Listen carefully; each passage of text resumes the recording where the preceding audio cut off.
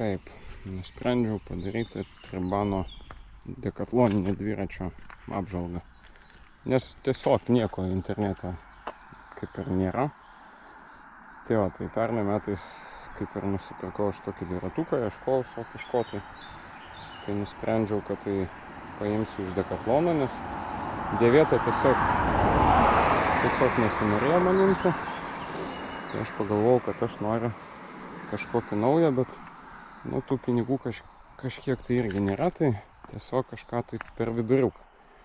Tai išsirinkau Dekatlone Tribaną, čia yra RC 120 modelis, kažkur tai po šitą dalį matosi.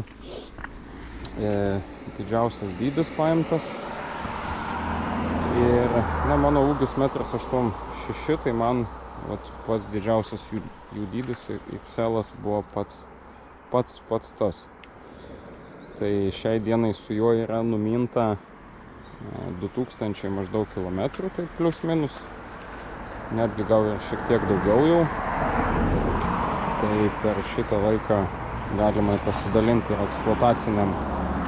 eksploataciniam visom dalimis, detalėmis. Tai vien žodžiu taip, turime aliumininį rėmą, karboninę šakę, diskiniai stabdžiai, bet čia ne hidraulika, o su krosais.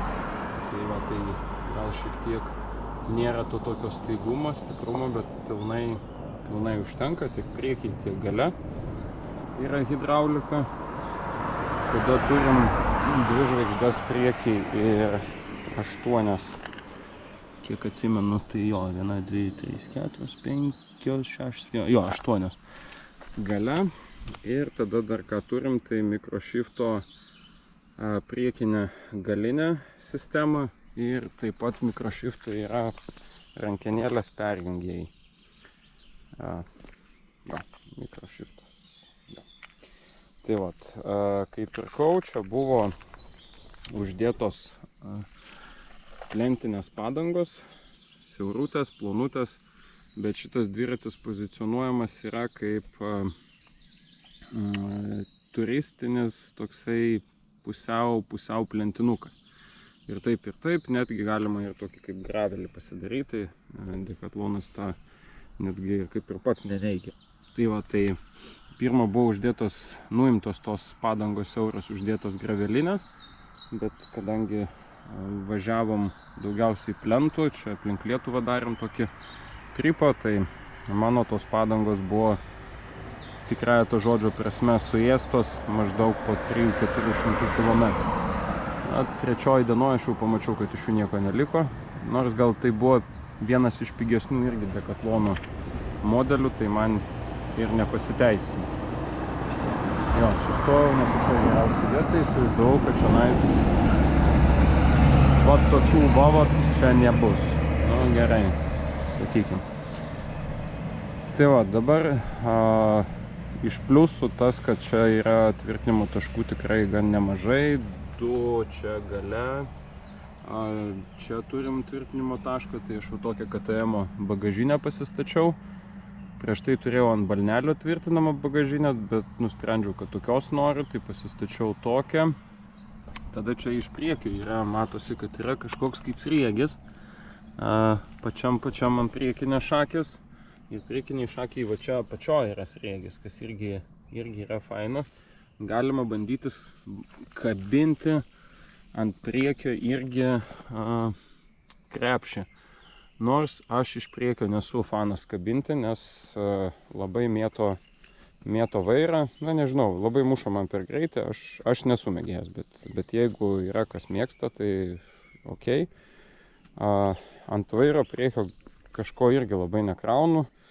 Čia GoPro stovi ir navigacija su kompiuteriuko, bet dar planuoju pasistatyti quadlocką, galbūt ateityje. Ir galbūt mažą maišelį va čia pasikabinsiu, kai kelionės važiuosim tiesiog va į šitą vietą. Tai pilnai užteks. Dabar tai pas mane iš tiesa padangų pakeistų, tai čia Schwabel maratonas stovi. Iš tiesų neblogos padangos. Ir čia beveik galėčiau sakyti, kad plačiausiai, ką galima įstatyti, net nedaug ir belikė yra. sakė platesnių nebestatyti, tiesiog pločio kaip ir užtektų, bet viršaus neužtektų ir vis tiek tada kabintų. Tai tiesiog aš jau nebestatau platesnių, čia yra 38C.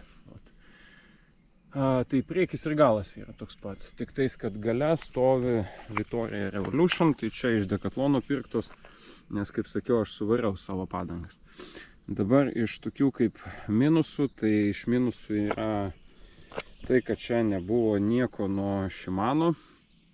Nu, aš esu Shimano galbūt koks nors paveiktas, bet vienu žodžiu, aš žinau vieną gerą firmą, o visas kitas kažkaip turbūt praleidęs. Nežinau, gal stums ant manęs kas nors, bet nu, man Shimano yra Shimano. Tai va, tai tiesiog po pirmų važiavimų kasetei buvo šakės, jie teko keisti ir čia atsirado Shimano, bent jau viena detalė tai tikrai. Grandinė irgi ten išsivaikščiojo labai greitai, tai ten pirmas remontas iš tikrųjų buvo po 300 km. Tai kas važinėja dviračiu, tai čia yra tas pats kas nieko. 3 dienos geras važiavimo ir minus dviratis į remontą. Tai surinkimas jo buvo apgailėtinas. Tai vat, na, sekanti dalis, kas dar tai buvo reguliuoti, iš karto atiduota reguliuoti bėgiai, nes su šitų mikrošiftų susireguliuoti man sunkiai sekėsi, nors iki tol vat, su šimaniniais man sekėsi gerai sureguliuoti. Nes šitą aš gaudžiau ir niekaip nesugaudžiau. Tai tiesiog atidaviau šitą sistemą sureguliuoti meistrui. Tai jam pavyko tą padaryti. Aišku, žmogus dirba ties to, tai jam tas greitai ir pavyko. Na, gale irgi stovi Simplexas, irgi mikrošifto. Nežinau, negalėčiau pasakyti, kad didelis stebuklas ir didelis blogis. Nu, yra kaip yra, nu, stovi toksai, tai stovi toksai. Ar jisai irgi reguliuojasi super tvarkingai, nu, čia jau kita dalis, bet nėra ko norėti, čia nėra premium kažkoks segmentas, pro ar dar kažkoks. Tai vat, kitas toksai niuansėlis, dabar čia tikrai iš tokių minusų, tai jau yra pakeisti 3 stipinai, tiesiog jie išsilaksto būtent ties vat, šita dalim nutrūksta. Tai, kaip sakė meistras, ateityje, jeigu dar sykį trūks, tai tiesiog keisim visus stipinus, perstipinuosim ir darysim nebe tokį kryžių. Tai yra, sakė, čia nėra geras toksai kryžiavimas, reikėtų, kad būtų jis dvigubas. Tai tiesiog perdarys man stipinavimą. Ir dar iš minusų, ką meistras sakė, tiesiog dėl pačio va, tokio Decathlon'o sprendimo, tai minusas yra va, štai šita va, dalis. Tai yra, ją reikia saugoti ir aš ją realiai ką darau, tai saugau. Nes koks jos yra minusas, parodysiu, čia turi stovėti ne lydinys vientisas, o čia yra su rėmu. Tiesiog eina su rėmu šita dalis, auselė. Ant visų dviračių normaliai čia eina papildomai prisuktas metaliuko toks gabaliukas minkštesnio metalo. Ir jeigu griūtumėt ant šono, atsitrenktumėt į kelmą, nu, kažką tai tokio padarytumėte, tai tiesiog sulenktumėte tą metaliuką, jisai ten kainuoja gal 5 eurai, jį tiesiog atsisukė, šitą dalį nuėmė, metaliuką tą nuėmė nuo rėmo, pakeitė į naują, susukai ir viskas, ir laimingas važiuoja. Čia yra tokia problema, kad jeigu jūs atsitrenksite, tai šitam rėmui galimai, nesakau, kad bus šakės, bet gali būti, kad jeigu sulankstysit jį ištiesinti bus jau ką paveikti, bus problemų, nes sakėm, aliuminį ištiesinti būtent šitoj vietoj taip lengvai neatspausi. Gali būti, kad ir pakaitinti reikės, kaitinant gali ir įtrūkti, nu, vien žodžiu, ten reikalų galima prisidaryti. Tai aš vat, šitą dalį saugau, nu, tiesiog aš iš tikrųjų tai miškus nelakstau, tai man kaip ir nėra labai aktualu, kad ten lėkti per juos, bet, nu, tiesiog pasaugot šitą vietą reikia, jeigu įsigysit tokį dviratį. Kojelės nebuvo, kojelę teko irgi nusipirkti, vieniem jos reikia, kitiem ne, man jinai netrukdo, nes sakau, tai aš jį naudoju tokį pusiau turistinį, tai čia su maišais važinėjom, tai kartais reikia atremti ir nebūtinai į stulpą kažkur, tai tikrai gan neblogai jinai laiko. Na, ką aš dar turiu čionais, daugiau kažkokių stebuklų iš tikrųjų šitam dviratyje ir nėra. Na, kainavo jisai man 490 eurų tą dieną, kai pirkau, dabar jis kainuoja 550, bet aš manau, jam dar Dekatlonas tikrai nuolaidą padarys. Jeigu reikėtų jam rašyti balą 10-baliai sistemai, nu, aš jam duočiau tarp kokių 8,5 iki 10, tai jam čia tikrai dar tolokai, nėra jisai tikrai labai jau prastas, man jis patinka, nors mane atkalbinėja, kad sako, pirktų kitą dėl visokių dizaino elementų, bet man jisai patinka, aš su juo galėčiau pasakyti susigyvenęs. Tiesa, dar pakeičiau sėdynę. Balnelį teko pakeisti, sėdynę balnelį, nes čia problema buvo, kad buvo labai siaura ir kieta uždėtas sėdynė brūkšnelis balnelis, tai aš jį pasikeičiau. Vat. Na ir kaip ir apie dviratuką, kaip ir viskas. Šiaip smagus, geras dviratis, aš negalėčiau jo peikti, pasakyti, kad čia yra kažkoks labai jau nepirktinas variantas.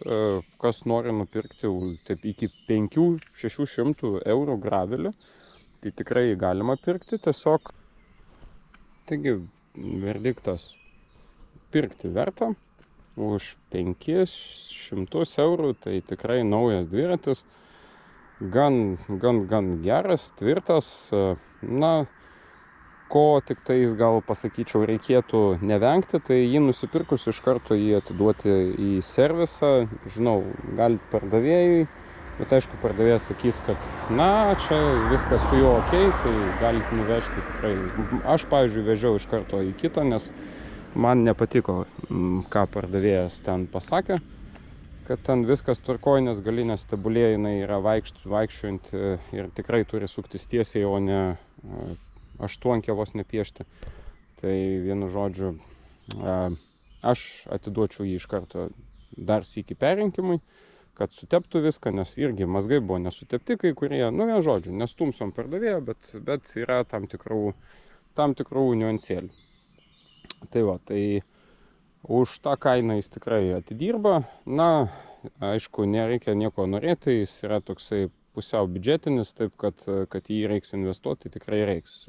Tiesiog man jau nebedaug liko, kad aš galbūt vietoj mikrošifto pereičiau ant Shimano, čia jį persirinkčiau, persidaryčiau ir tiesiog turėčiau, jau aukštesnio levelio baiką. Tai va, tai dviratis tikrai yra geras, rekomenduoju. Jeigu bus ten kažko, tai klausimų galite komentarus parašyti, atsakysiu.